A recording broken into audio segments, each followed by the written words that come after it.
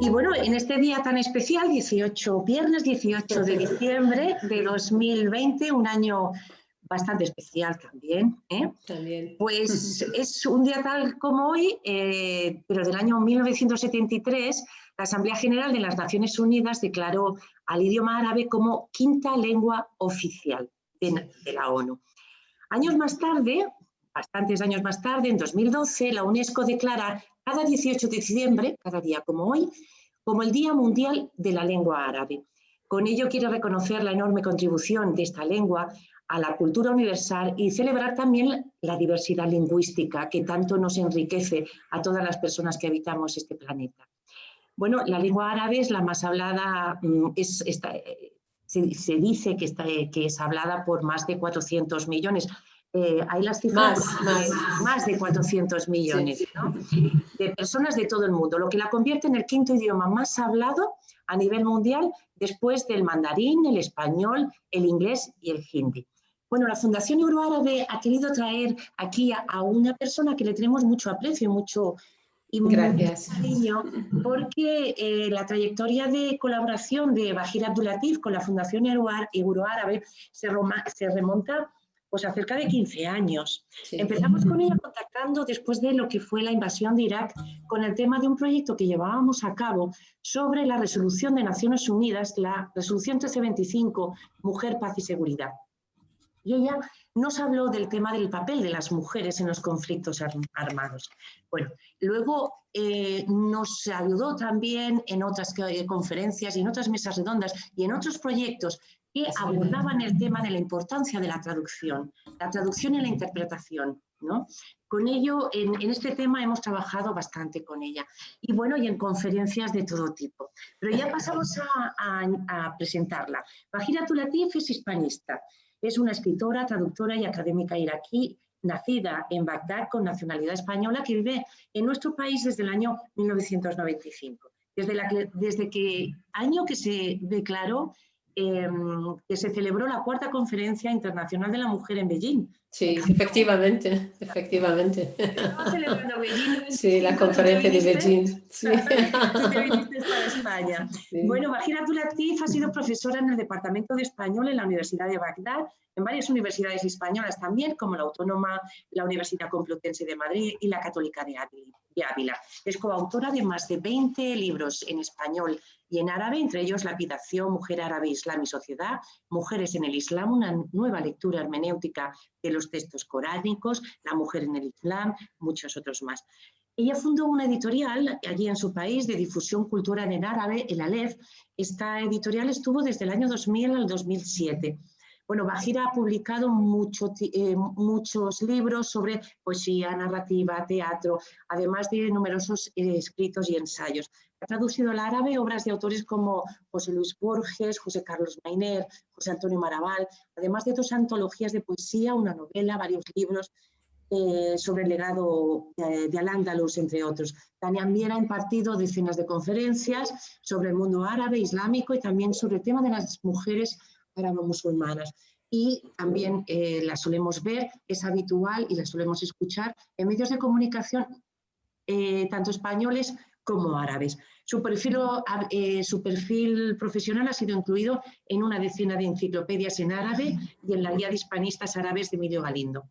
Bueno, también ha sido ganadora de la Medalla de Oro de CIAR para el año 2007 por sus aportaciones literarias a ambas culturas, tanto la árabe como la española, y ganadora también del mejor libro traducido del año de 1993 en Irak por la traducción que hace de La arboleda perdida de Rafael Alberti. Bueno, pues la pregunta es obvia. ¿Qué celebramos hoy? ¿Por qué es importante el Día Mundial de la Lengua Árabe? Ante todo quisiera darte las gracias, muchas gracias querida Lola por la invitación, la amable invitación y por esa bonita presentación, la buena acogida. Yo siempre me encuentro muy a gusto con vosotros en la Fundación Euroárabe. Siempre me gustaría siempre colaborar con vosotros y espero que siga esa colaboración mientras yo siga viva. Seguirá. Sí, eso espero. Gracias a ti y gracias a todos los que trabajan en la Fundación Euroárabe, que estáis haciendo un trabajo encomiable. Por supuesto, este día es un día muy especial, por lo tanto me gustaría sí felicitar a todos los que hablen el árabe, todos los que admiran la cultura árabe y todos los que tienen ganas de aprender el árabe o acercarse a esa cultura milenaria. ¿Por qué celebramos el Día de la Lengua Árabe? Yo quería decir que antes de que Naciones Unidas, la Asamblea General en 1973 declarara ese día como Día Internacional para celebrar la lengua árabe, desde niños nosotros, por ejemplo, en Irak, en Siria, en otros países, celebramos el Día de Dad. La lengua de Dad es la lengua árabe. Dad es una letra, se supone que no existe más el sonido más que en la lengua árabe. Entonces siempre hablamos de Lughat al-Dad o la lengua árabe igual. Entonces nosotros estamos acostumbrados a celebrar ese día. De hecho, se hacen canciones, cosas, obras de teatro de infantiles celebrando ese día. Por lo tanto, que para nosotros no es una novedad el hecho de celebrarlo, pero sí a nivel mundial eso es algo muy bonito, el hecho de reconocer esa lengua, porque es una lengua milenaria, como he dicho, lleva más de 1600 años. Hay más de 450 millones de árabes que hablan esa lengua, pero a pesar, es decir, además de estos millones, hay alrededor de 1.600 millones de musulmanes que practican la religión del Islam con la lengua árabe. Y yo personalmente me he encontrado con personas en Indonesia, de pakistaníes de Indonesia, de chinos que hablaban un árabe muy exquisito por ser musulmanes. Entonces, porque no olvidemos que la lengua árabe durante la Edad Media llegó a ser el vehículo, la herramienta de la cultura sofisticada árabe de aquel entonces, algo parecido al inglés hoy en día. Y yo creo que más que nada aquí en España, que siempre ha sonado el árabe, más de 8 siglos de presencia, con sus altibajos, pero había esa interacción cultural y el árabe fue, vamos, una lengua extendida por excelencia. Y hoy en día siguen los españoles y cada vez hay más interés por la lengua árabe, cada vez hay más personas que se dedican al árabe. Yo personalmente he tenido alumnos de más de 80 años, de niños, sí, es verdad. A los Ahora, niños les costará menos, ¿no? sí, menos, porque son como un loro, inmediatamente aprenden todo.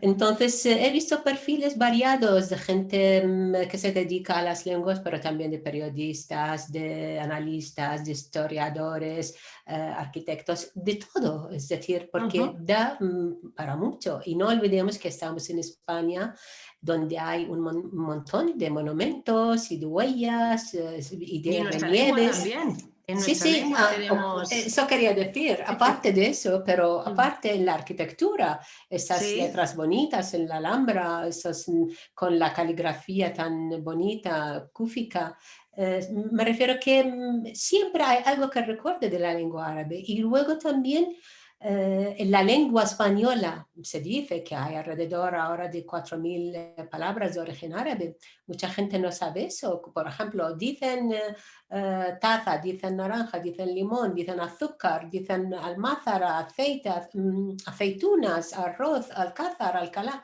un montón de cosas, acequia, incluso unas almohada, palabras. alcachofa. Efectivamente.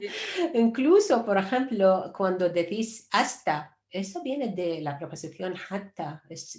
La palabra ole, ala, esas interjecciones, todas son del origen Allah, cuando nosotros queremos mostrar Sí. Hay un libro admiración. muy interesante de Antonio Sí. Manuel, de las huellas moriscas, que Qué habla bonito. precisamente de Sí, muchas palabras del flamenco, sí, también. que vienen del árabe, ¿no? De esa, También. esa mezcla, de culturas, ¿no? Que se también, dan en esta parte desde donde estamos retransmitiendo en la Fundación Euroárabe, Granada, con esa Alhambra que se puede leer, ¿no? Como Sí, dice claro. el historiador José Miguel Puerta Vilches. Podemos Sí, leer la Alhambra, efectivamente. la podemos leer, ¿no? Ha hecho un esfuerzo estupendo, sí, leyendo todas esas cosas, esas maravillas de la Alhambra.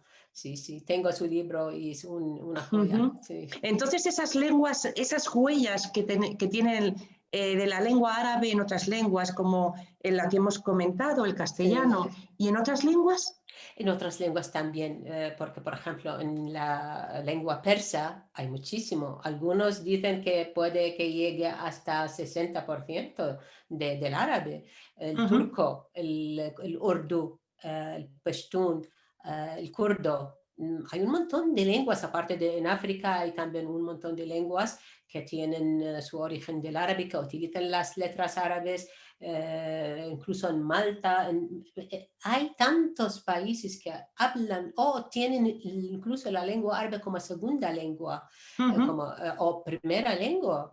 Por ejemplo, en Chad, en países incluso que no son árabes, pero me refiero que el árabe sí existe y tiene huellas incluso en las lenguas latinas, porque ahora al decir incluso en inglés, por ejemplo, que no es de origen latín, pero... ¿En inglés también? Sí, también, por ejemplo, cuando hablamos de sugar, viene de azúcar. Cuando hablamos del cohool, claro, algodón, al cotton, al cotton.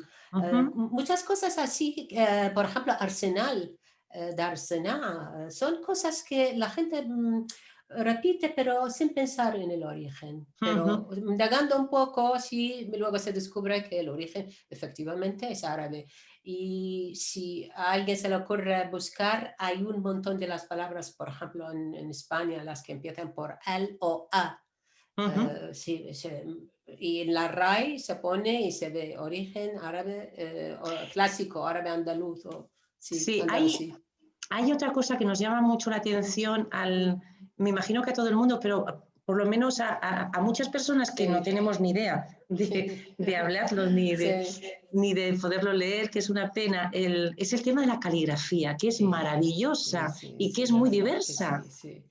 La caligrafía árabe es el arte sublime, digamos, de la lengua árabe. Es el arte por excelencia, tal como, por ejemplo, aquí tenéis la pintura, la escultura, en la cultura cristiana, pues en el Islam, más que nada, es la caligrafía. Y hay varios tipos de caligrafía, entre ellos esta, por ejemplo, que aparece aquí. Estas son la primera, por favor, si quieres parar en la primera del mapa mundi. A ver, esta. Sí, porque esta, por ejemplo, me gustaría parar aquí, porque esta, por ejemplo, es de la más difícil, Thuluth, Jelly Thuluth, porque esta es una letra muy difícil, muy elegante, muy bonita, pero muy difícil. ¿Y por qué yo quiero decir esto? Porque en realidad este es el mundo árabe, lo que vemos aquí, este es el mundo árabe. Pero el mundo islámico se extiende desde Marruecos hasta Indonesia, es otra cosa. Y mucha gente confunde, incluso gente entendida, y sale en la tele y no distingue entre mundo árabe y mundo islámico. Mundo islámico es desde hasta Indonesia, hasta los musulmanes chinos, pero en realidad este es el mundo árabe. Y esta caligrafía es la más difícil. Quien ha hecho este mapa mundi se llama Jannah, está la firma Jannah con el mapa de Irak, porque esta es una iraquí, calígrafa iraquí, se considera de las mejores maestras de la caligrafía y es un homenaje a ella porque en realidad ha sido como una niña prodigiosa porque desde cuando tenía 10 años y su hermana tenía 13 años, sus padres las llevó al gran maestro Hamid el-Amidi en Estambul para darles la licencia, porque este tipo de enseñanza va de maestro a discípulo y tiene que darle la licencia para practicar. La licencia es como un certificado. Certificado, autorización para título, vamos a un decirlo título, así. sí. Pero más que nada tiene que dar ese título un gran maestro. Entonces, el padre, porque son de Mosul, cerca, hacia el norte de Nínive, hacia Turquía cerca, las llevó a los mejores calígrafos hace años, y hasta que a los 10 años le dio el gran maestro turco otomano, Hamid el-Amidi, y incluso dicen que le besó la mano porque era una niña, vamos, increíble. Y ahora es mayor, ahora tendrá no sé cuántos, 40 y 50 años, y vive en Nueva Zelanda. Su hermana sigue en Nínive, pero ella fue ahí. ¿Y por qué yo la menciono? Porque en realidad el año pasado, hace 2 años, ¿te acuerdas de los atentados en Nueva Zelanda? Sí. Pues su hijo fue uno de los que fueron masacrados en la mezquita, su hijo mayor. Entonces tuvo un drama en ese sentido, pero sigue produciendo. Si quieres ver su foto luego, porque también No está. la tenemos en esta. Vale. Sí. Pero me refiero que ella es una excepcional. Y esto, por ejemplo, a la derecha, con colores, es el tipo de caligrafía moderna que hoy en día mezclan pintura hacen a veces collage, hacen de varias técnicas. Esta, por ejemplo, en una hoja. Se escriben, o no necesariamente versículos del Corán, antiguamente sí versículos del Corán o dichos del profeta o proverbios, moralejas. Aquí, por ejemplo, Iqra bismi rabbika, lee en nombre de tu Dios, pero este es sí del Corán, pero las otras no tenían nada que ver. Esta, por ejemplo, Inna sa'ata atiyatun la rayba fiha, esta también es del Corán. Arriba, Bismillah ar-Rahman ar-Rahim, en el nombre de Dios clemente y misericordioso. Y al final es el calígrafo, siempre tiene una firma también muy bonita a la izquierda. Eso del año 1428, y siempre se pone la fecha de la égira, no de la fecha cristiana. Yo tengo una pregunta, Bajira, sobre el tema de la caligrafía, porque es tan espectacular. Serían dos. Por un lado, la caligrafía depende de la zona de la zona donde se realiza, puede ser Irak, puede ser Egipto y tal. Y por otro lado, los nuevos tiempos, ¿no? Sí. Yo me acuerdo que mi familia, mi madre, por ejemplo, tenía una letra preciosa, mi padre también, muy distintas, ¿no? Sí. Y sin embargo, el tema de la utilización de los ordenadores, del poco escribir ya a mano, ¿no? Sí. De no escribir cartas, de no escribir a mano nada, ¿no? Ha generado que, eso lo vemos en nuestros niños, por ejemplo, en nuestras niñas, ha generado que se escriba mal. Sí, efectivamente. ¿Y eso cómo porque claro, nosotros con nuestra caligrafía es una cosa, pero ¿cómo se traslada al tema de la caligrafía árabe? Pues voy a decirte algo, que en realidad ahí en la enseñanza tenemos siempre unos cuadernos de caligrafía, siempre. Yo creo que hasta ahora, es decir, hay que mantener esta buena costumbre, porque fue una forma de mejorar la letra escrita a mano. Y seguro que ahora también las nuevas generaciones en el mundo árabe tampoco cuidan mucho embellecer sus letras, pero mientras exista esa asignatura como parte de la asignatura del árabe, de la lengua árabe, tal como gramática, tal como tener textos literarios, teníamos caligrafía árabe o para mejorar la letra. Entonces, mientras siga eso, estamos a salvo. En el momento que se abandone, pues claro, la gente también se relaja. Pero a pesar de eso, yo creo que existe una tradición de mirar, este es un arte, no solamente para escribir algo bonito, pero este es un arte sublime, un arte muy admirado.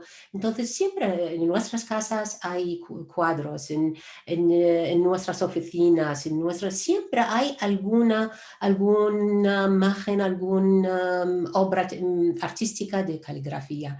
Entonces yo no creo que para la lengua árabe no va a desaparecer, digamos, esto, porque es un arte, más ahora está sacando mucho provecho de todas las nuevas tecnologías.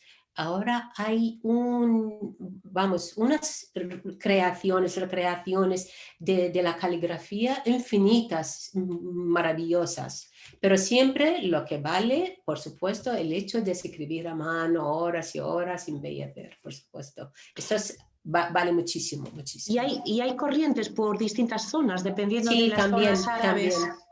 Por ejemplo, existe, por ejemplo, el cúfico viene de Kufa, de esa ciudad en Irak, Kufa.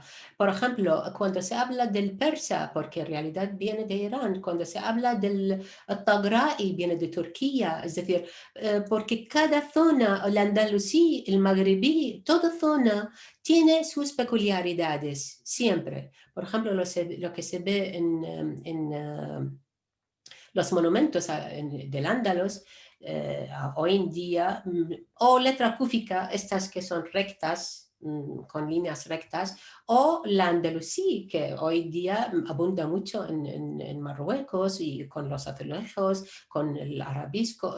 Eso está en todas las partes hoy en día, pero antiguamente sí, cada zona tenía su caligrafía especial. Hoy en día existen decenas, porque luego se bifurcaron الثلث الديواني الرقعة النسخ الجلي un montón, cada uno para ciertas ocasiones. Por ejemplo, cuando hablamos de Taghra'i, porque eran los califas, lo utilizaban en sus asuntos, digamos, del gobierno.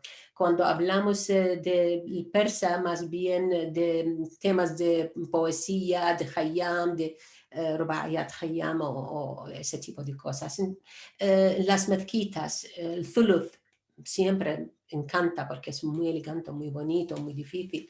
Entonces, luego cada una tiene su función de esas caligrafías, pero todas tienen su belleza, tienen sus normas y requieren esfuerzo, trabajo y ser discípulo hasta que llegues a ser maestro. Sí. Y se sigue avanzando porque en estos momentos también el formato como más máquina, ¿no? Más Sí, también, ¿no? Es decir, que las tendencias, las nuevas tendencias, las nuevas tendencias artísticas siguen aplicándose en esa caligrafía, ¿no? Sí, pero hoy en día como hay, te digo, decenas de fuentes del ordenador que emiten y luego cada país también desarrolla sus caligrafías a través del software.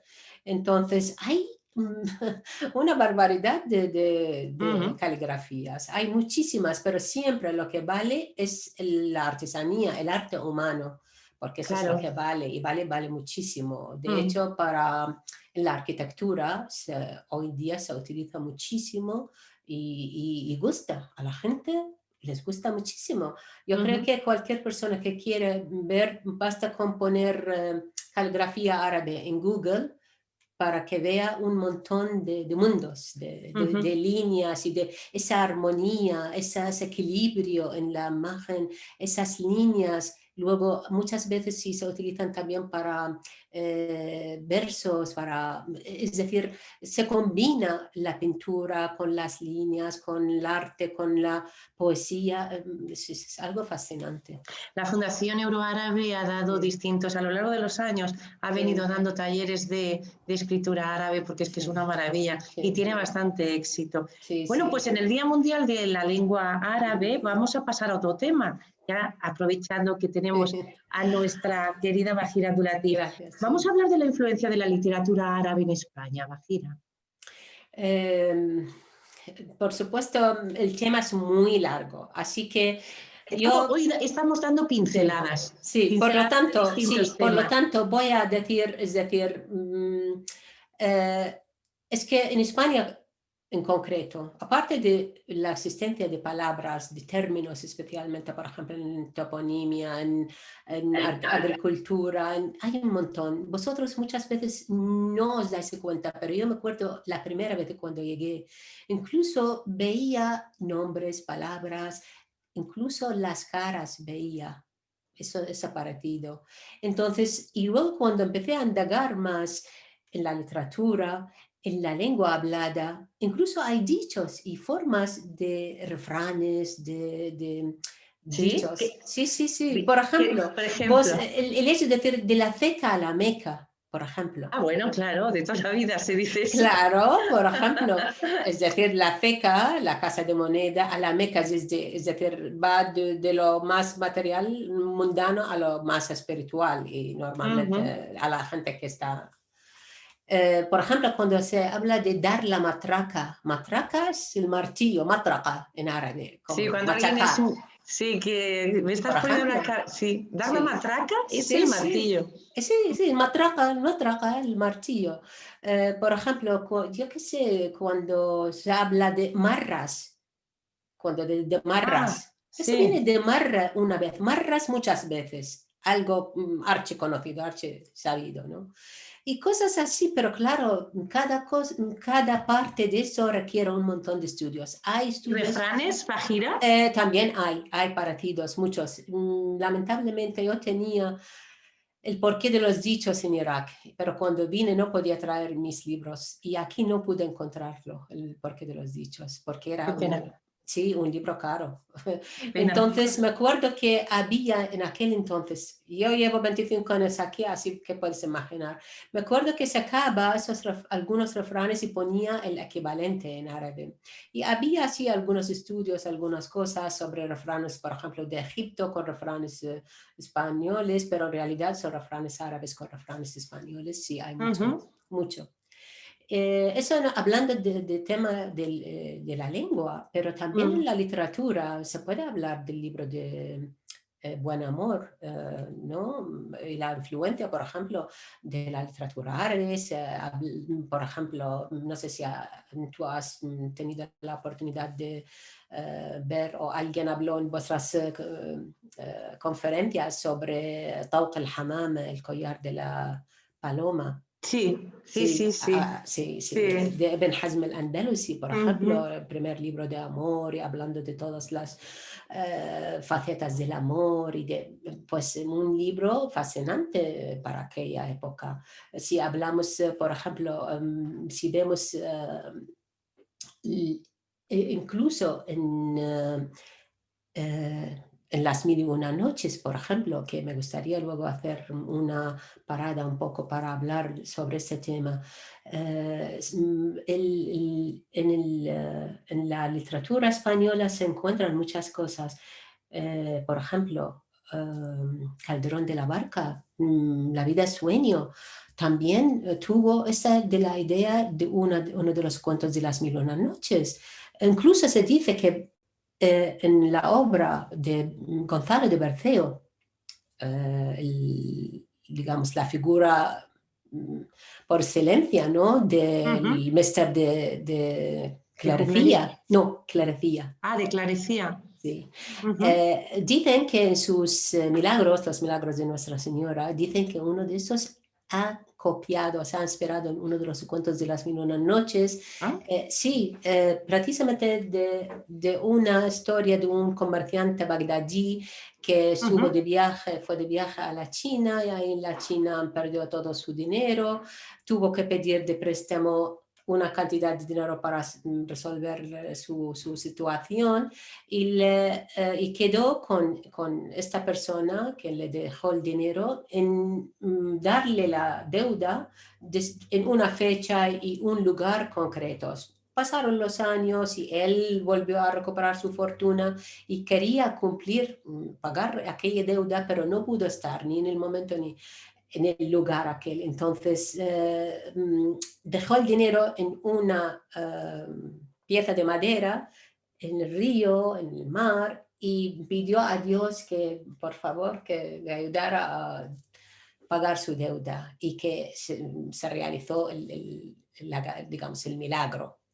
Ujú. Entonces, más o menos, y esto nos lleva a indagar mucho, porque si Las Mil y Una Noches fue una obra que se tradujo, se supone, por Antoine Galland, el orientalista francés en el siglo XVIII, a principios del siglo XVIII, y luego desde allí se extendió en todo el mundo. Pero seguro, seguro que la gente de Lándalos de aquel entonces sí sabían de Las Mil y Una Noches, sí circulaban estas historias y por lo tanto, de hecho, también circulaban otras historias, por ejemplo, la Ujú, historia del Isra y el Ma'raj, el viaje nocturno de Dios, del profeta Muhammad, también fue aprovechado por Dante en su comedia divina. ujú. Me refiero que en aquel entonces la gente más bien transmitía muchas de las literaturas, de la filosofía, de historia de Bagdad, del auge, digamos, del califato abbasí, del siglo X, 9, 10, estos 2 siglos de oro, y la gente sabía de todo eso, llegaba a Córdoba y llegaba desde ahí a Francia. De hecho, se dice que los trovadores, ¿no?, han sacado mucho provecho también de la muashaha. Hay mucha interacción y mucha influencia de la literatura árabe en el mundo. ¿De qué más? Cuando hablamos de la poesía, es una poesía muy exquisita, la poesía árabe. Desde hace también más de 1500, 600 años tenemos muestras. ¿Se puede establecer cunas de la gran poesía árabe en algún país? Bueno, el mundo árabe todo es un mundo poético. Todos en cierta fase de nuestra vida procuramos hacer, aunque sea de aquella manera, pero nos gusta. Todos hemos intentado, algunos siguen, por lo tanto tú puedes ver gente que no tiene nada que ver en su profesión, médicos, ingenieros, gente de informática, pero escriben poesía. Y eso es algo que no se encuentra con abundancia en otras culturas, pero en el mundo árabe sí, siempre existe eso como algo que nos acompaña desde la infancia. Y yo creo, no es por ser iraquí, Irak sí es una cuna de la poesía árabe. De hecho, el gran poeta, el Mutanabbi, el poeta de todos los tiempos, es iraquí. Como cuando hablamos de Cervantes es español o Shakespeare es inglés, el Mutanabbi era iraquí. Si hablamos de otros poetas famosos, Abu Nuwas,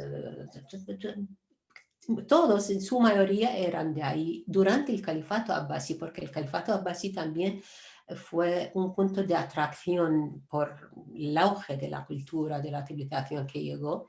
Entonces sí, Bagdad, Irak en general siempre. Y de hecho había festivales para la poesía, festivales donde los poetas venían desde varias zonas para cada uno como portavoz de su tribu, de su zona, y hasta hoy en día en Irak hay un festival famoso, el Merbed, que es milenario, también un festival milenario de poesía, donde se celebra la poesía árabe, porque es una tradición. En Occidente la poesía está como en retroceso, un gran error, pero en el mundo árabe yo creo que siempre ha sido y seguirá siendo como, digamos, público atento al verso. Recitamos, memorizamos versos. En nuestra habla cotidiana, es decir, también recitamos poesía. Incluso un político, a pesar de que algunos son cutres, pero también memorizan, es verdad, también memorizan versos y, ¿sabes? Como una forma de ser elocuente también es saber poesía y recitar poesía. Perdón, sí. Podemos decir que Siria, Palestina, Líbano, Egipto, hasta Mauritania y Marruecos, todos tienen un montón de poetas y buenos poetas. ¿Y qué papel ocupan las mujeres en este mundo de la poesía y de la literatura? En cuanto a reconocimiento, pues me imagino que claro que hay, y muy buenas. Por supuesto. Pero me refiero en cuanto a reconocimiento por parte de la sociedad árabe. Sí, nosotros desde siempre teníamos poetas, mujeres, poetisas. Pero durante la escuela, el colegio, siempre memorizábamos versos de Al-Khansa, una gran poeta, y de Leila al-Ajelía, de algunas, pocas. Pero un día, mientras yo quería escribir sobre las mujeres poetas, descubrí un glosario, enciclopedia, que salió en 1993 en el mundo árabe, hablando de 500 mujeres poetas en la época preislámica y al principio del Islam. Más de 500 mujeres. Más de 500 con nombre y apellido. Con nombre y apellido y versos. Entonces podemos Me imaginar. refiero que Claro, reconocidas, claro, visibilizadas. claro. Por eso fue una, digamos, Increíble. sí, sí, como una enciclopedia. Pero por lo tanto, yo escribí, dije, ¿y por qué entonces siempre hablan solo de 2 o 3 si hay tantas? Y mientras sabemos de decenas de poetas muy buenos antiguos, pero de mujeres poetas, sabíamos 3 o 4 o 5. Pero resulta que hay cientos, puede que no tenían mucha producción literaria, vale, pero eran poetas en su tiempo, Ujú. etcétera. Y hoy en día, actualmente, o desde el siglo pasado, basta con mencionar el nombre de una gran poeta y crítica literaria, se llama Nazik el-Malaika. Esta fue quien renovó la poesía árabe moderna, la poesía clásica de toda la vida. Ella rompió el metro y luego vinieron otros, como dicen. Eso fue a mediados del siglo, los años 40 del siglo pasado. Nazik el-Malaika es pionera, es decir, entre mujeres y hombres. Entonces, este es Ujú. un gran mérito. Por lo tanto, en ese sentido, las mujeres en la poesía sí están de enhorabuena. Sigue siendo menos visible que el hombre, pero sí es visible. Pero por Ujú. supuesto, el hombre ya que acapara casi todo. Entonces, pero hay buenas poetas, hay muy buenas y hay otras que son normales, pero hay, Normal. como Mm. todo, como pasa con los hombres. ¿Nos podrías dar alguna recomendación dentro del mundo de la poesía Sí, actual árabe, sí, tanto de sí, hombres como de mujeres, sí, sí, por supuesto. del contemporáneo, de la poesía Eh, contemporánea? sí, pero tenéis muchas cosas traducidas, por ejemplo, lo de Nazik el-Malaika está traducida y luego gracias a los arabistas, los profesores, sean mis profesores que me enseñaron en la universidad o mis compañeros cuando he trabajado en la autónoma, nos hemos enriquecido muchísimo gracias a sus conocimientos porque ellos completaban y completan la parte que nos falta desde aquí, desde su trabajo. Así que, profesor Montabet, profesora Carmen Ruiz, es que no quiero, la verdad, nombrar porque no quiero olvidarme de mencionar a muchos muy buenos y buenas arabistas en España que han traducido a Mahmoud Darwish, a Ma'in Bsiso de los palestinos, han traducido de Siria a Nizar Qabbani, y de mujeres han traducido, por supuesto, aparte de Nazik el-Malaika, hasta Lamia Abbas Amar, hasta Amal Zahawi, de iraquíes, muchas están traducidas. De antes hay muchas, pero de momento, de lo actual, yo creo que hay menos. Incluso lo que se traduce, me atrevo a decir que no es representativo. Ujú. Porque antes se veían fulana, fulano, ¿sabes? No había tantos medios de comunicación. Entonces, para publicar un libro, para llegar a Occidente, para traducirlo, tenía que ser una persona sólida, un poeta sólido. Hoy en día, la publicación es tan extendida, tan fácil. Todo el mundo publica en Internet, en las plataformas, en el Facebook, en todo. Entonces, al final, se ha trivializado un poco el tema de la publicación. Por lo tanto, Ujú. para discriminar, para poder sacar lo bueno de lo malo, cuesta. Y esto requiere un seguimiento, requiere horas para sacar las buenas voces y hay muy buenas voces entre las jóvenes y los jóvenes, especialmente durante la última década. ¿Por qué? Porque esa última década, desde todas las manifestaciones y lo que se llamó la primavera árabe, que en realidad empezó como una revolución y luego se lo liaron entre unos y otros desde el mundo árabe y desde fuera, realidad fue una revolución de los jóvenes, chicas y chicos. Por lo tanto, expresaron su situación, sus anhelos con otras herramientas, porque es una nueva generación, tiene otro sentido de la libertad, tenía menos miedo al policía Ujú. que está en la cabeza de todo intelectual ahí. Entonces, hay que darles voz a eso, a esa nueva generación. Por lo tanto, yo creo que sí merece la pena dedicarles más tiempo para sacar las voces buenas, no solamente por la causa, sino artísticamente hablando, con nivel. Y hay muchos. Yo por lo menos en Irak sé de decenas de chicos y chicas que escriben muy bien y esperan a los críticos.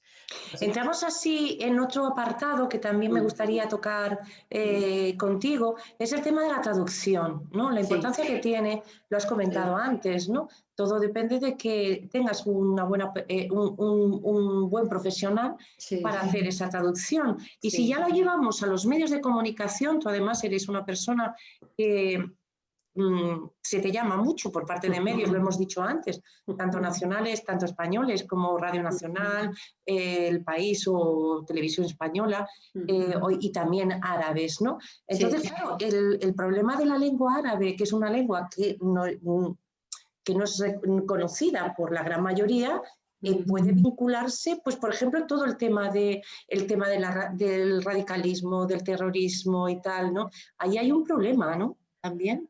Sí, sí, claro, hay un problema. El querer vincularlo a una cultura, a una religión, a una sociedad. ¿No? Sí, por supuesto, eso viene de la ignorancia nada más, porque en realidad de resumir la cultura, una cultura tan arraigada en la historia, con todo lo que ha dejado, lo que ha aportado a la humanidad en todas las ciencias y los saberes. No hablo solamente de poesía, hablo también de astronomía, de matemáticas, de física, de todo. Muchas cosas que la gente en Occidente, por ejemplo, hoy en día se habla de todo tipo de cámaras. El origen es de Abul Hassan al-Basri, uno de Basora, un científico físico. Él encontró la teoría de la reflexión de la luz, por ejemplo. Y todo se basa a partir de ahí, el tema de las cámaras, el tema. Pero la gente no se acuerda. ¿Quién sabe eso? Pocos los sabios. Entonces piensan que porque el mundo árabe ahora está en una fase de decadencia, piensan que ha sido así siempre. No, no ha sido así siempre. Para cuando los siglos para vosotros de la Edad Media eran siglos de oscurantismo, para los árabes eran sus mejores siglos. Por ejemplo, de la Edad Media, así, especialmente hablamos del siglo 8, 9, 10, era el auge de la cultura árabe. Entonces, hay muchos que no saben la historia o ignoran adrede la historia. Entonces, el hecho de asociar este patrimonio humano, el hecho de considerar que por supuesto, los que quieren asociar la cultura árabe islámica están hablando de 1.500 millones. ¿Cómo pueden juzgar a 1.500 millones a través de un puño de terroristas? Eso es sencillamente es como algo por sentido común, no hace falta tener mucha cultura. Pero sabemos que en la política se utilizan muchas versiones tergiversadas. Y esto no lo podemos separar también de la teoría de choque de civilizaciones que surgió a finales del siglo pasado a través de planteamientos de Samuel Huntington y de otros, que una vez se acabó el peligro rojo del comunismo, pues el próximo peligro iba a ser el Islam, y lo han convertido en el ogro, efectivamente. Pero yo creo que muchos empezaron ahora a interesarse por la cultura árabe islámica por el fenómeno del terrorismo. Esto tiene también, aunque es un fenómeno raro que ha perjudicado mucho a los musulmanes y a los árabes, pero también tiene un lado positivo, el hecho de que mucha gente de otras culturas empezaron a interesarse por la cultura árabe islámica, por dedicarse a trabajar como traductores, como intérpretes. Y eso al final es una forma de acabar con la ignorancia, acabar con el desconocimiento, acabar con los estereotipos. Cada vez que nos acerquemos al otro, estamos quitando o superando nuestro miedo a ese otro, porque en el miedo la ignorancia, el desconocimiento, prosperan todos los estereotipos, el racismo. Por lo tanto, es verdad que el fenómeno del terrorismo ha perjudicado mucho antes de que Occidente ha dañado material y moralmente a los árabes y los musulmanes, porque en realidad la gente de Nínive, que se ha convertido en escombros en Mosul del norte de Irak, o la gente de Alepo, que se ha convertido en una ciudad próspera, en una ciudad de fantasmas, en realidad son ellos quienes pagaron el precio alto de ese terrorismo de los yihadistas. Pero también esto, gracias a eso, el precio es muy alto, pero yo creo que hay gente seria en el mundo que hoy día está indagando qué hay detrás y no se limita a tragar tergiversaciones, a tragar clichés, a tragar desinformación de medios de comunicación o de foros políticos. Seguimos avanzando en estas pinceladas que nos estás dando, Bajira, en este Día Mundial de la Lengua Árabe. Una curiosidad, vamos a ver, como traductora. El tema de cuando se habla, bueno, llevamos pues en España desde los finales de los 80 o así, que empieza a hablarse del lenguaje inclusivo y se empieza a hacer normativa y tal. Entonces, el lenguaje, a la hora de la traducción, cuando hablamos del tema del lenguaje inclusivo, es una curiosidad que tengo, ¿no? Claro, depende mucho de la persona que está traduciendo, ¿no? Sí. Vamos a ver. Primero, por supuesto, hay muchas dificultades a la hora de interpretar.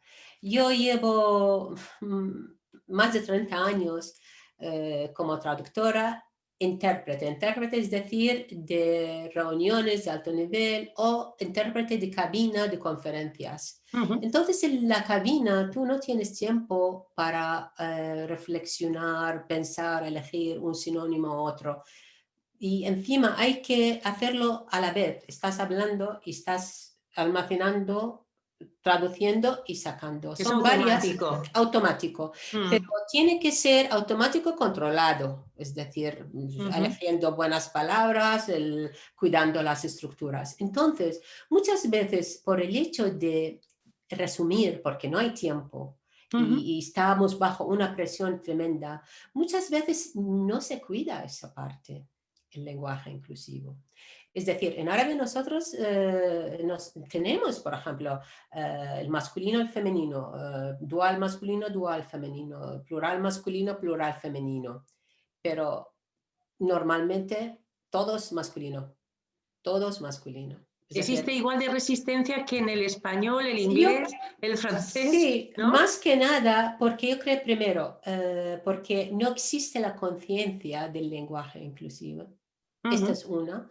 Y segundo, también por la presión. Entonces, en el momento, por ejemplo, yo en el momento en que tenga esa posibilidad, ese huequecito de tiempo, procuro dirigir el discurso masculino o femenino. Pero a mis compañeros no creo que se les ocurra eso. Sinceramente. Y en los medios, sí, y en los medios, perdona, y en los medios de comunicación árabes, por ejemplo, en las cadenas. Yo creo que más que nada es una postura individual, cada uno y su conciencia. Se deja más bien al libre albedrío, así, según. Pero algunos, especialmente ahora de los jóvenes, de las nuevas generaciones, sí son más conscientes.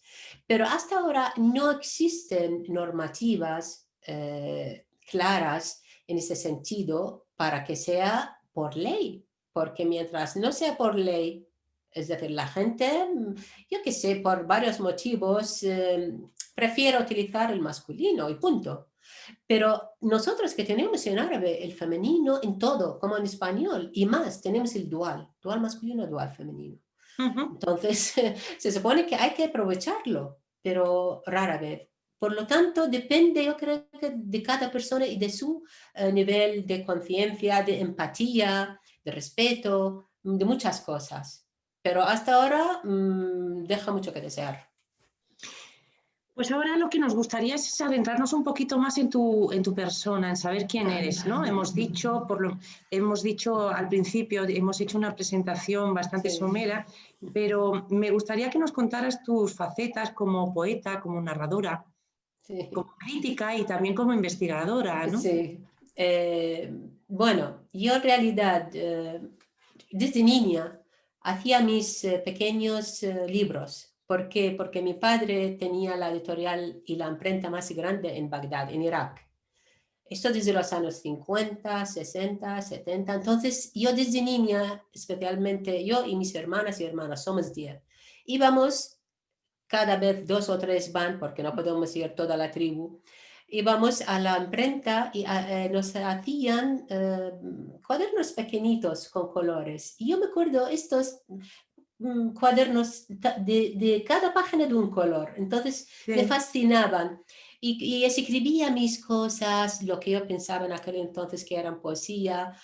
¿Con qué eh, tiempo? ¿Con qué años? es que era muy pequeña, menos de 10 años segurísimo, segurísimo. Yo qué sé, 7 o 8 años, cuando empecé a saber escribir. Entonces, eso para mí, como me quedé con esas ganas y siempre leía muchísimo, leía porque en nuestra casa teníamos muchos libros y muchos libros traducidos. Entonces me encantaba. De hecho, Ujú. yo creo que aprendí nombres de escritores y poetas franceses, ingleses, rusos, americanos, españoles, antes de árabes. Y luego, un poquito más mayor, porque me fascinaba la literatura extranjera traducida, me fascinaba. Y yo creo que desde aquel entonces me quedé con eso de enriquecerme más, no solamente con mi cultura, aunque mi cultura es muy rica, pero más. Y luego empecé ya de mayor a escribir más cosas, pero luego yo dediqué mucho tiempo al activismo, especialmente en temas de derechos humanos, de derechos de las mujeres. Por lo tanto, no publiqué lo que escribía. Hasta que después de una fase así de mi vida, de enfermedad que Mientras tuve, hablas, voy a intentar buscar algunas portadas que tengo de tus libros. vale, muy bien. Sí. Sí, entonces después de salir de una fase de enfermedad, pensé, pues tengo que imprimir, tengo que publicar, porque iba a morir y todavía mis cosas no están publicadas, apenas había publicado poco. Y empecé efectivamente. Por lo tanto, tengo cuentos, tengo poesía y tengo de poesía varios libros que están ahora a punto de salir, pero más que nada sacar todo lo que tenía a lo largo de años, porque hay cosas que llevan años, hay otras que son nuevas. Y de hecho publiqué mi primer libro de poesía, de un libro sobre mis recuerdos de la guerra. El título es Una guerra se desnuda ante mi ventana. ¿Con qué tiempo? ¿Con cuántos Eh, años tenías? no, este es hace 2 años lo publiqué y eso fue un Ujú. regalo de la enfermedad. Mientras estaba enferma, Sí. empecé a escribir escenas de la ¿Mm? guerra, porque yo vi la guerra, más de una guerra en Irak. Sí, tu Entonces, país ha sido duramente sí, castigado por las sí, distintas guerras. entonces, claro, y yo estaba mucho tiempo trabajando por el tema de Irak y todo lo que ha pasado. Entonces empecé a publicar, ya había publicado antes mis cuentos, son meditaciones budistas en el andén de la muerte. Tengo varios ahora libros que voy a sacar, que tengo, están ya hechos, algunos en imprenta, otros a punto de mandarlos a la impresión. Ujú. He publicado varios libros también de publicaciones de traducciones de libros y me van a publicar ahora también un libro, una novela, otro viaje a la Meca. Es decir, yo como estoy repartida entre tantas cosas. Estaba eh, intentando buscar una foto tuya de ah, cuando eres joven de la facultad en Bagdad, que además sí. estabas con alguien muy especial, ¿verdad? Sí, sí. Pero antes solamente te quería Pero es que, decirlo, sí, sí, antes solamente te quiero decir algo. Lo de esta inquietud, ¿por qué estoy tan repartida entre muchas cosas? Porque últimamente estoy escribiendo teatro también. Yo creo que... Lo de teatro es una faceta nueva tuya, Sí, ¿no? nueva, sí, Sí. sí. Yo creo que siempre necesitaba expresarme con cualquier forma. Tengo muchas inquietudes y más el hecho de estar a caballo entre dos culturas. He visto cosas que no se ven desde ahí, desde mi cultura, mi país y mi mundo árabe. Y he visto cosas aquí en España que no se ven. Entonces, como estoy llena de cosas, hay algunas que puedo expresarlas a través de un artículo, a través de un cuento, a través... Y he visto que el teatro también me gustaría tocarlo, porque necesito cualquier herramienta para liberar esas inquietudes. Y más que nada esas inquietudes giran en torno a temas del sufrimiento de las mujeres, por ejemplo, la injusticia que sufren en muchos países, entre ellas parte del mundo árabe, según el nivel también cultural y económico, o en Asia, en América Latina, incluso aquí en Occidente, por no ir lejos, todavía las mujeres sufren. El sufrimiento, el tema de la identidad, el hecho de buscar tu identidad humana. Hay muchas identidades y luego tú tienes que elegir. Yo he elegido hace mucho tiempo la humana y este es un esfuerzo continuo. Todas las mañanas tienes que replantear tu identidad, tus inquietudes, tus elecciones, qué eliges en esta vida, tu postura, tu situación. También el hecho de tender puentes hacia el otro, con el otro, el hecho de abrir ventanas para contaminarme, contagiarme de lo bueno de los demás. Todo eso para mí es un reto. Entonces necesito varias herramientas, varias lenguas, varias, yo qué sé, yo desde niña, me acuerdo una vez, niña, antes de tal vez matricularme en el colegio, oí a mi hermano mayor, que tenía 10 años más que yo, estaba estudiando algo de biología y mencionó la ameba. Y la ameba me fascinó porque se bifurcaba y se duplicaba. Y es verdad. De hecho, tengo un poema sobre la ameba, porque De digo, ese tiempo, de cuando eras pequeña. sí, no, más tarde escribí este Sí. poema, pero me quedé con la noticia esa, hay posibilidad. Y yo quería bifurcarme y dividirme y multiplicarme y estar en muchos tiempos, y estar Pero en... entonces te cansarías mucho, Bajira. Bueno, Te por eso, agotarías. por eso, claro, claro, pero es fascinante Lo y que muy estaremos es muy enriquecedor. atentas y muy atentos a Sí. esa faceta del teatro. Vale. Bueno, ahora ya se nos está yendo el tiempo, la verdad es que se me ha pasado muy rápido. Gracias. Bajira, ¿cómo definirías estos últimos 25 años en tu vida, los que has pasado en España? Sí, pues primero yo vine a España en los años 80, estudié y volví a trabajar en la Universidad de Bagdad y en Dar el Ma'mun. Dar el Ma'mun es la gran editorial, institución de publicaciones en varias lenguas. Y trabajé como traductora, intérprete, como profesora en la Universidad de Bagdad. Saqué libros, experta de libros para traducir. Hice muchas cosas, pero siempre anhelaba, echaba de menos volver a España. ¿Por qué? Porque vi que yo elegí el español, yo sabía inglés, francés, con el árabe, elegí el español y estaba dudando entre filosofía, entre arqueología, quería ser periodista, quería ser abogada, quería ser mil cosas. Es verdad, al final dije español, porque me va a abrir el mundo, una cultura, un mundo también de América Latina, y es verdad, sigo agradecida a la oportunidad que me brindó la vida de estar en el seno de esta cultura Ujú. española tan enriquecedora. El hecho de tener profesores tan grandes, los arabistas tan grandes, otros amigos, escritores, poetas, hay tantos y tantos que me han llenado, me han dado, me han arropado en los momentos de guerra en mi país, me han hecho sentir que estoy entre mi gente. Por lo tanto, el saldo es muy positivo. Teniendo en cuenta que mi marido es español, entonces yo estoy ahora Alcántara. ¿Alcántara qué es? Alcántara, que significa el puente. Ah, Alcántara, sí, sí. Alcántara. Y da la casualidad de que la familia de mi marido viene de un pueblo de Extremadura, se llama Alcántara.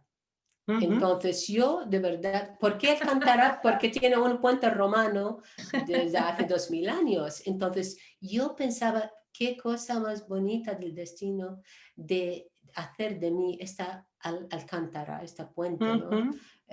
Y estoy muy agradecida, estoy muy llena, siento esa plenitud que estoy de verdad en un momento de equilibrio y de agradecimiento hacia todos. Y en ese sentido, deja que agradezca a mi profesor y darle homenaje, rendirle homenaje al profesor Rafael Valencia, el primer profesor español que me enseñó español en la Universidad de Bagdad en 1977, o me parece, si llegó a Irak. Estuvo 2 años, yo acabé cuando él dejó y fue a ser director del Instituto Hispano Árabe en Bagdad. Y él estuvo ahí 2 años más, yo vine aquí a España y no tuve lamentablemente la oportunidad de verle y de saludarle, lamentablemente, hasta que falleció en junio pasado. Entonces, Sí. un gran saludo de admiración y de una discípula fiel al recuerdo de sus profesores y en especial al profesor Valencia. Antes de dar paso a las preguntas, que tenemos ya algunas preguntas en el chat que te vamos a trasladar, Sí. nos gustaría que nos recitaras una poesía en árabe. Ah, bueno, ¿en árabe o en español? Pues en árabe y luego la traduces también para que... Vale. Pero en árabe sí, porque hoy es el Día de la Lengua Claro, Árabe claro. y la declamación en árabe es preciosa. Claro, vamos a ver porque tengo cuántos minutos, porque tengo uno más largo, otro más pequeño. Empiezo Pues por el vamos a pequeño. coge uno para hacer de puente con las preguntas que te Vale, vamos a hacer vale. del público que te está en el chat. En el chat Ay, decimos que pueden empezar a preguntar, que le trasladaremos las preguntas sí, por favor, luego me lo dices porque no he tenido tiempo para a nuestra leer. invitada. Vale. Pues vamos a coger un poema. Mira, por ejemplo, yo tengo un libro de poesía, se llama Flashes Oscuros. Flashes, poemas muy rápidos así. Entre ellos digo, Imra, una mujer. Voy a recitar en árabe y luego en español. Vale. Porque en estos flashes hay que tener un poco de atención porque son flashes rápidos. امرأة كان عليها أن تلد القبيلة من جديد، أن تحمي الذئاب من خرافها وتصطاد التجاريب حتى الغساق قبل أن تحظى بقدر العبيد. Una mujer tendría que volver a engendrar a la tribu, proteger los lobos de sus ovejas y cazar proezas hasta el crepúsculo antes de disfrutar del estatus de esclava. Ya está. Gracias, Rajira. Pues Sí. venga, empezamos con el chat. Vale. Bueno, nos pregunta Adriana Fernández, ¿puede mencionar algunos maestros y maestras de referencia de caligrafía árabe? Sí, de los antiguos, por ejemplo, siempre antiguos, muy antiguos, hablamos de la época de Abbasí, del siglo 7, 8, 9, hay Ibn al-Bawwab, muy famoso, Ibn Muqla, que es iraquí, también. Hay varios, pero de la época del siglo XX, por ejemplo, existe un iraquí, se llama Hashim al-Baghdadi, un maestro por excelencia. Incluso hay muchos monumentos, mezquitas, edificios en Irak que están embellecidas por su caligrafía. Existe, por ejemplo, en Egipto también, Ibrahim, el Khatat Ibrahim. Hay muchos, pero es cuestión, claro, porque estos son maestros y cada maestro de los nuevos, por ejemplo, en Irak tenemos Ayad al-Husseini, que ha hecho también toda la caligrafía del monumento de los mártires, de los caídos en Irak. Hay muchos. Hay muchos. En todos los países árabes hay grandes maestros y sus discípulos, por supuesto.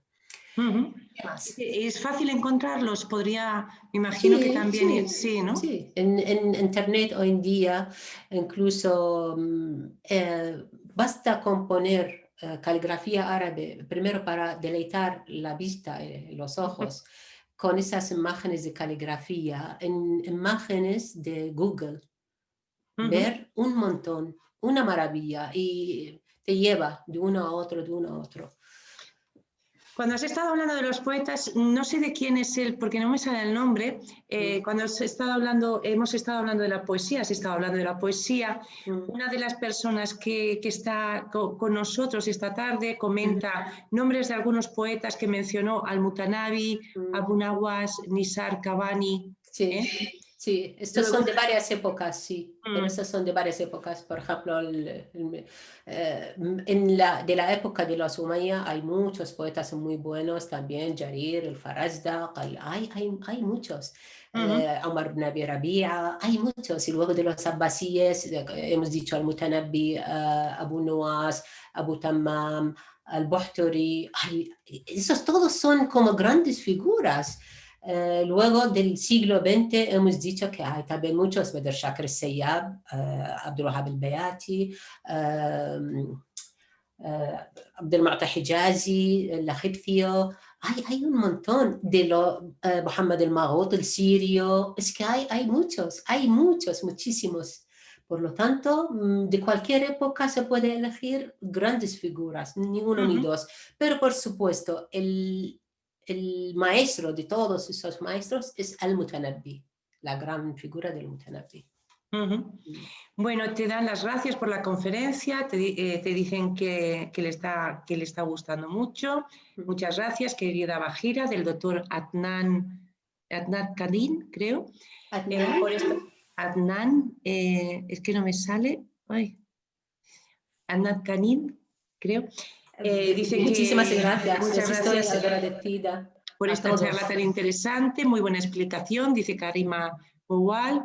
David Villegas, buenas tardes. ¿Podría decirnos alguna librería o referente para la compra de publicaciones árabes sobre poesía, literatura? Sin pensar, tenéis la librería Balqis en la Casa Árabe en Madrid. La librería Balqis es una librería muy rica, con un fondo muy variado. Vais a encontrar poesía, novela árabe, vais a encontrar libros sobre mística, el sufismo, sobre la poesía sufí, sobre tratados sufíes. Vais a encontrar historia de países árabes, vais a encontrar de todo. Así que directamente hay otras, pero esta es como la Casa Árabe, es la casa de referencia, digamos, del mundo árabe, de la cultura árabe islámica en Madrid, y su otra sucursal, digamos, su otra sede en Córdoba, que estas dos instituciones han desarrollado una labor estupenda a lo largo de tantos años, cuyos vídeos son muy buenos y se puede también ver, porque hay de todos los temas. Se han hablado de temas de la cultura española, hispano-árabe, islámica, de todo. Entonces yo creo que eso, la Casa Árabe con sus dos sedes de Madrid y de Córdoba.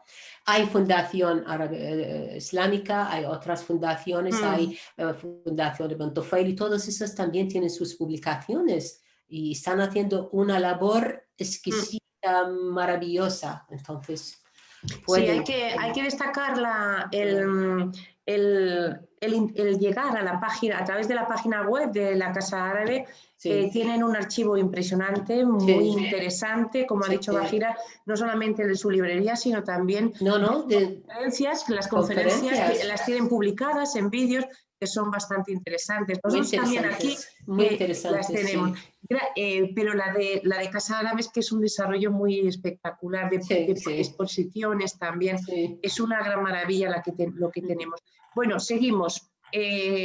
Karima, disculpe, pero es que no me sale el apellido completo. Karima Bouali puede ser. Y te pregunta, ¿por qué es difícil traducir la poesía del árabe al español, Bahira?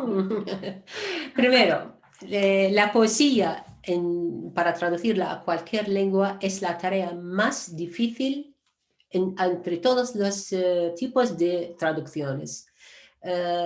¿Por qué? Porque la poesía no solamente es el mensaje, el significado, sino es la música de las palabras que se pierde, el ritmo de las palabras. Eso, ¿cómo se conserva a la hora de traducirlo?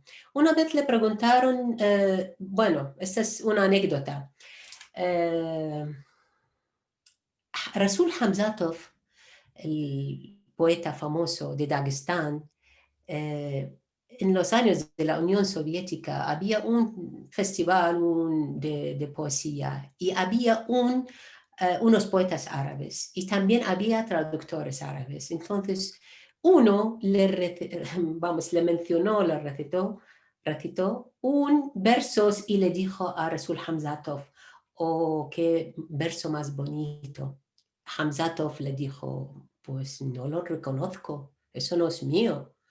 Le dijo, no, fue traducido del francés al árabe. Le dijo, pues yo sé que una alfombra tiene dos caras, el reverso y el anverso. ¿De dónde ha sacado la tercera cara? Es decir, el hecho de traducir de una tercera lengua. Es imposible, como mucho de una lengua, directamente de la lengua original. Y a pesar de eso, hay muchas teorías del traductor es un traidor.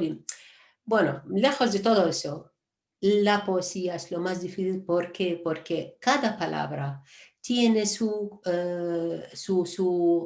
legado, su recuerdo en la memoria colectiva de la gente. ¿Cómo vas a transmitir la carga, la connotación de esa palabra a otra lengua? Esta es la dificultad.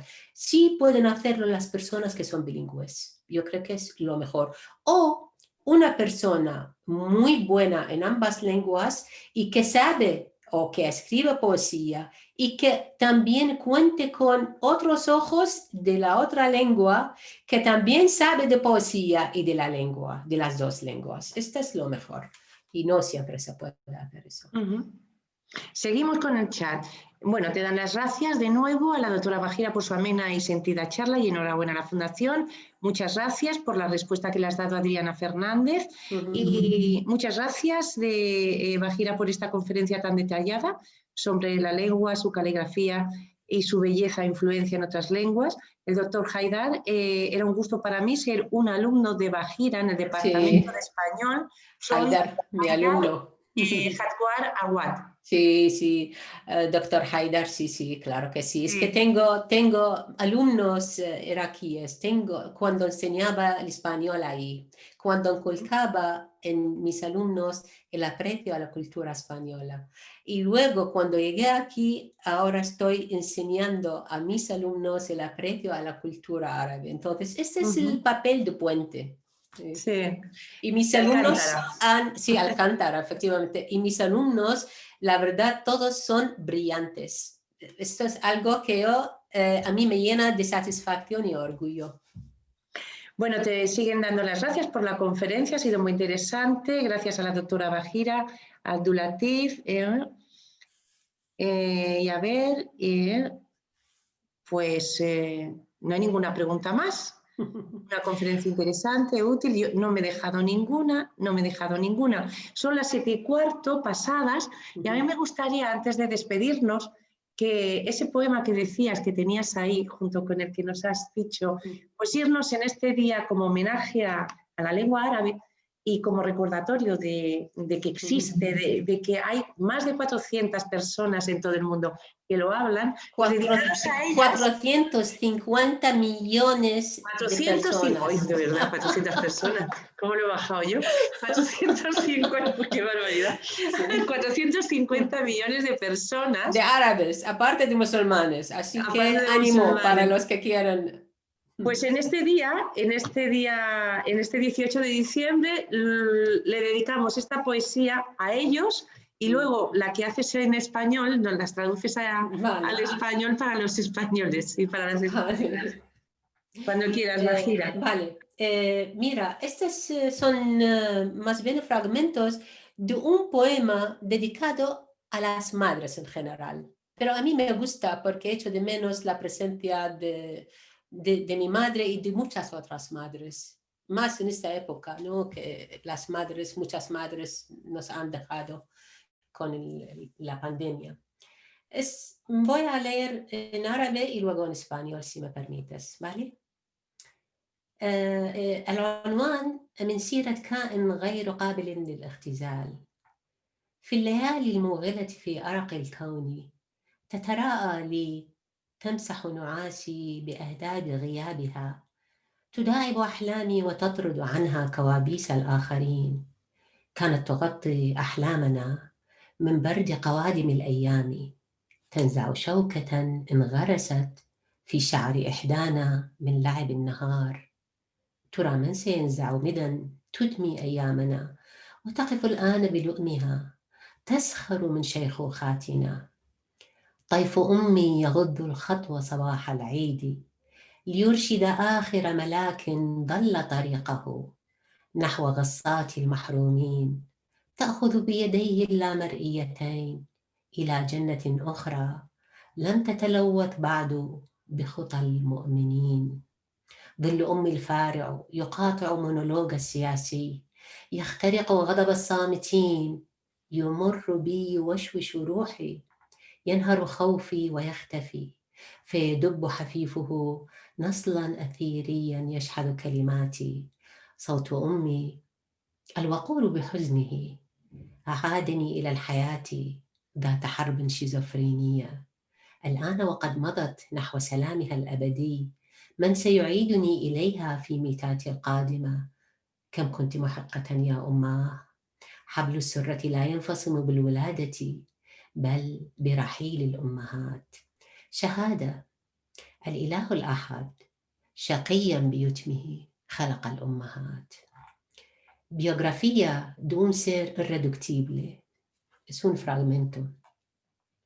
Mi madre, con las sombras de su ausencia, acaricia mi sueño, espantando las pesadillas provocadas por los demás. Mi madre abrigaba mis sueños del frío gélido de mis venideros días.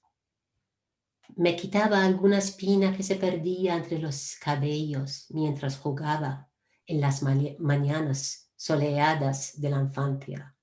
Ahora, ¿quién me quitará tantas puñaladas que atraviesan mis días, acechando vilmente, mofándose de mi vejez?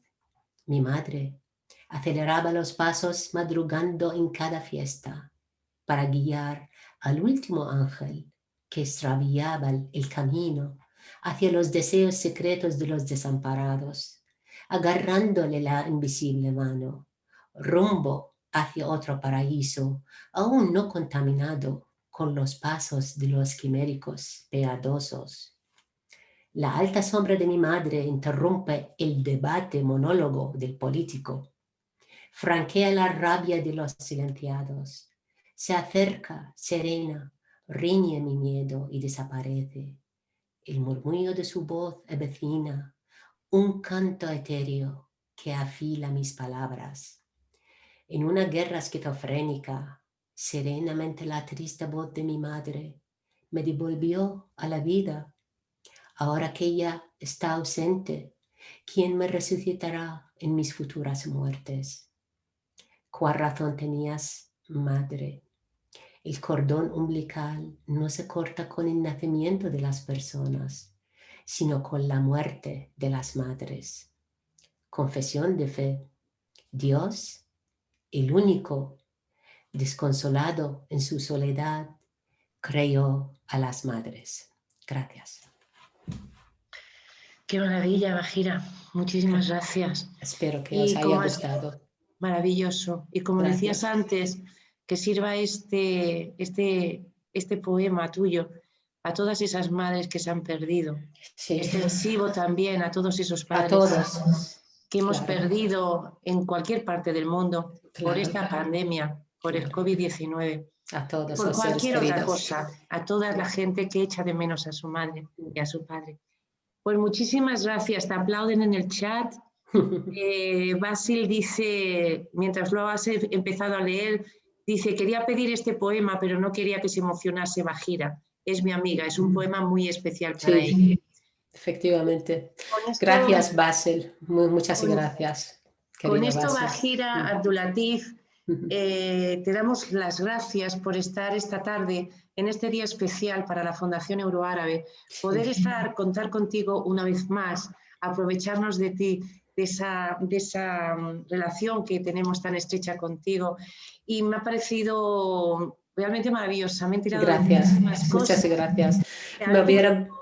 Comentarle que también muchas gracias por estar aquí. Lo que hemos querido hacer, y por eso hemos elegido a Bajira Abdulatif, es dar pinceladas, no remitirnos a un tema, sino dar pinceladas de una lengua tan importante como es la lengua árabe, esa que nos permite, ese vehículo que nos permite conocernos, amarnos, querernos e intentar desterrar el odio.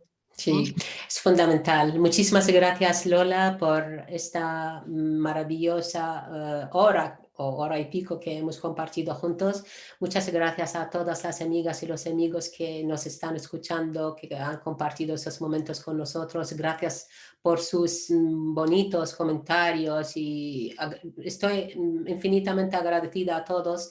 Y por supuesto estoy dispuesta a colaborar con vosotros para cuando queráis y para lo que haga falta. Un último deseo, que sea el año nuevo un año repleto de paz, de salud para todos. Estamos despidiendo un año difícil y eso requiere de nosotros ser todavía más generosos, más empáticos con los demás, más positivos en todos los sentidos. Así que tengáis todos un feliz año nuevo. Muchas gracias, Bajira. Y desde la Fundación Euroárabe deseamos a todas las personas de todo el mundo, estén donde estén, estén donde estén y hagan lo que hagan, un año pues distinto, muchísimo mejor. Entre todos, entre todas, seguro que lo conseguimos porque somos personas y de vez en cuando somos racionales.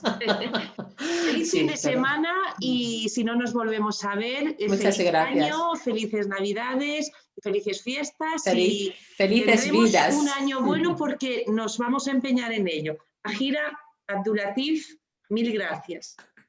Muchas gracias. Adiós. Buenas tardes. Buenas tardes para todos. Adiós.